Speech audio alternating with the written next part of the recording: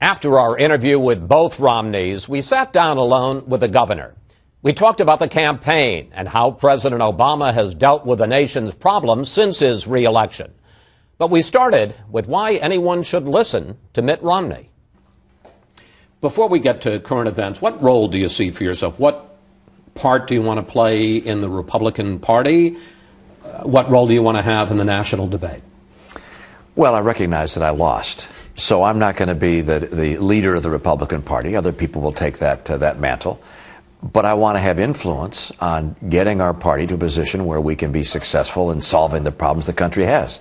You must know that there are a lot of people in the party who still blame you for losing a race they think that the Republicans could have won in 2012. To a certain degree, when you hear about the rebranding, aren't people saying they want to distance the party from you?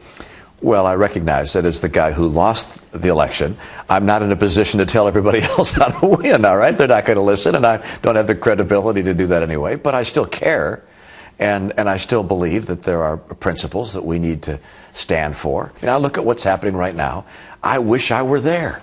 It kills me not to be there, not to be in the White House doing what needs to be done. The president is the leader of the nation. The president brings people together, does the deals, does the trades, knocks the heads together. The president leads. And I don't see that kind of leadership happening right now. What is this president doing?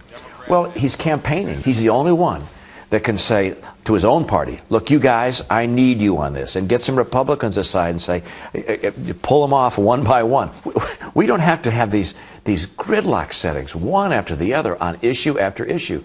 And it's going to take real leadership and people in both parties willing to put aside political victories and start fighting for national victories. So let me ask you specifically, how do you think the president has handled the sequester, the $85 billion in automatic spending cuts? Well, no one can think that that's been a success for the president. He didn't think the sequester would happen. It is happening. To date, what we've seen is the president out campaigning to the American people, doing rallies around the country, flying around the country, and berating Republicans and blaming and pointing. Now, what does that do? That causes the Republicans to retrench and to put up a wall and to fight back. It's a very natural human emotion. You know, when I was elected governor of my state, I had a legislature 87% Democrat.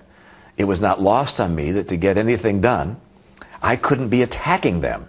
I had to find ways to reach out to them. The president has the opportunity to lead the nation and to bring Republicans and Democrats together. It's a job he's got to do, and it's a job only the president can do.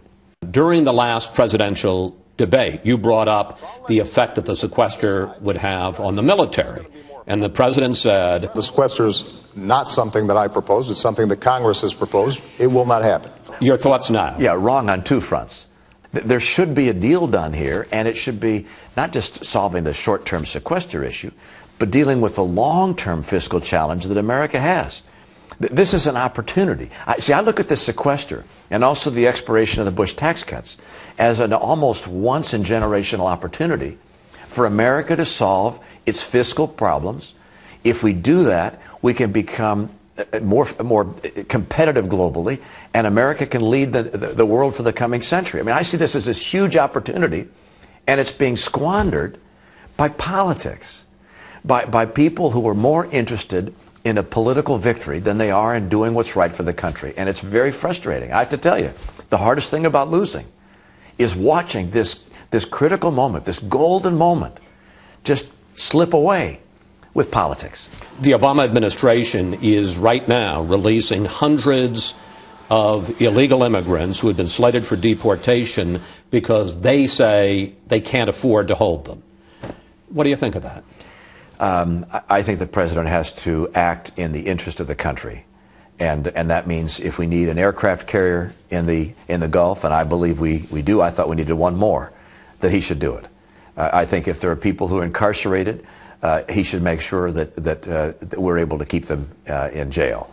And using the sequester as an excuse is, in my opinion, the wrong way to go. Look, it's It's politics. It's, okay, how do we do something that will get a headline that will make it look like those terrible Republicans aren't willing to come together? I understand from Paul Ryan, I spoke with him just a day or two ago, that he's put forward a proposal to give the president flexibility in moving money between accounts, so we're going to bring the spending down, but you're going to get, Mr. President, the chance to make sure that we don't have long lines at the airport, or we don't...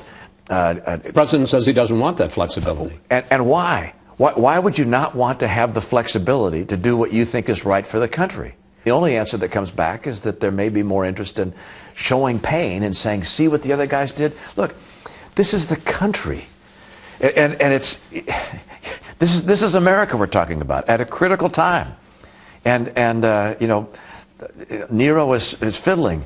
I mean, it's come on, guys, focus on getting America through a difficult time and on the track to remain the most powerful and strong nation in the history of the earth, and put people back to work. The one issue in Washington where the president and Republicans seem to be coming together is immigration reform. And one big reason everybody agrees, because the president hammered you among Hispanic voters.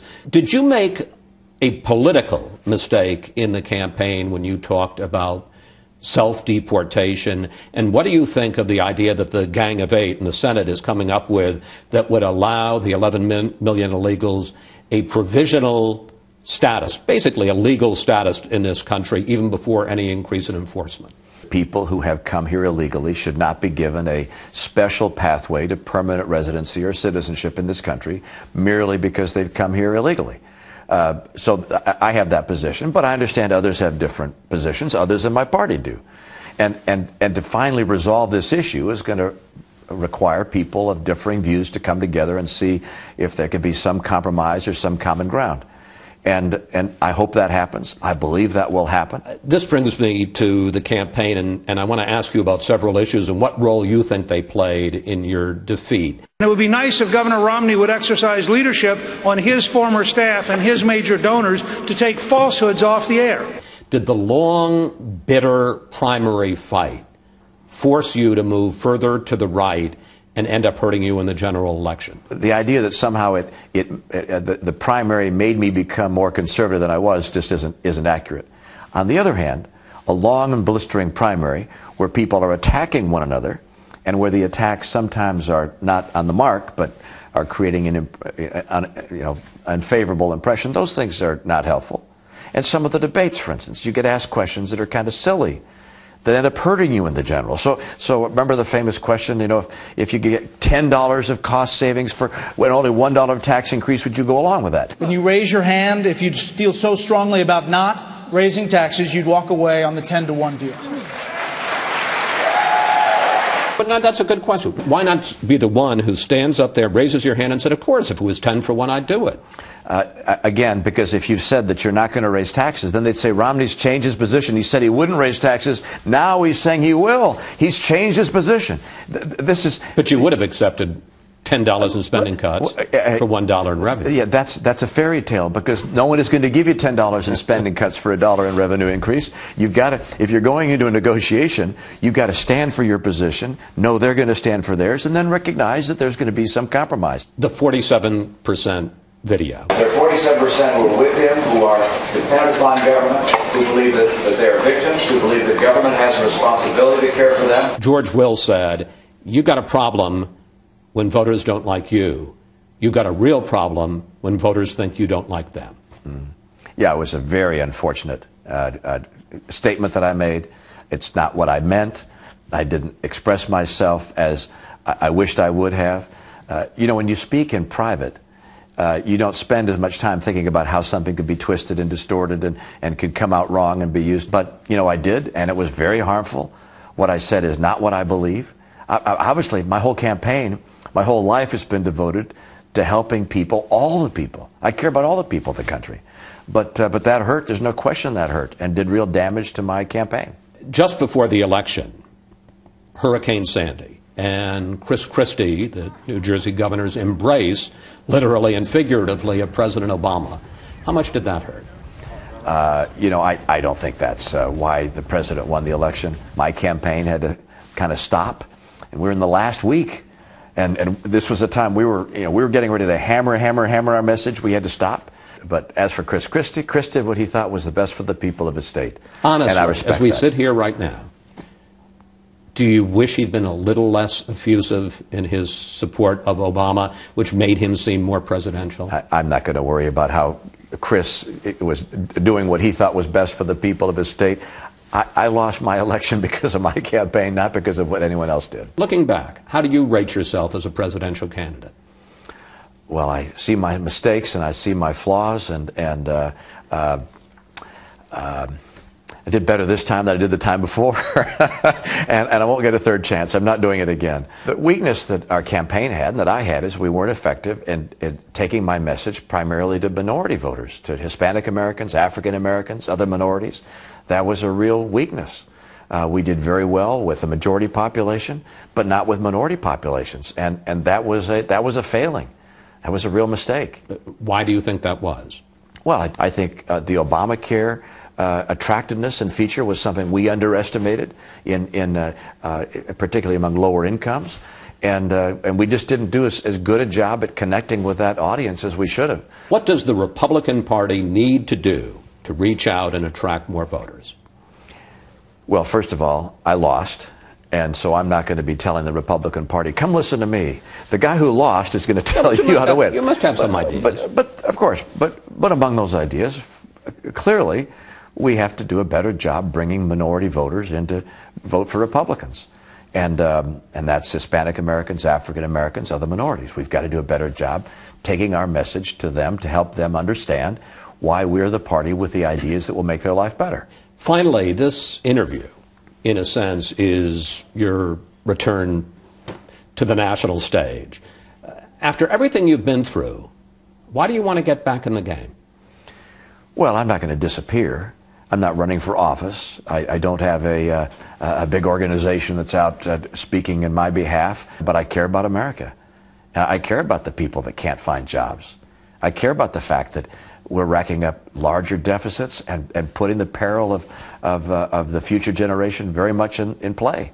I really care about this country. I care about my 20 grandkids, the kind of America they're going to have. And sitting on the sidelines when so much is at stake is just not in my nature. Governor, thank you. Thanks, Chris. Good to be with you.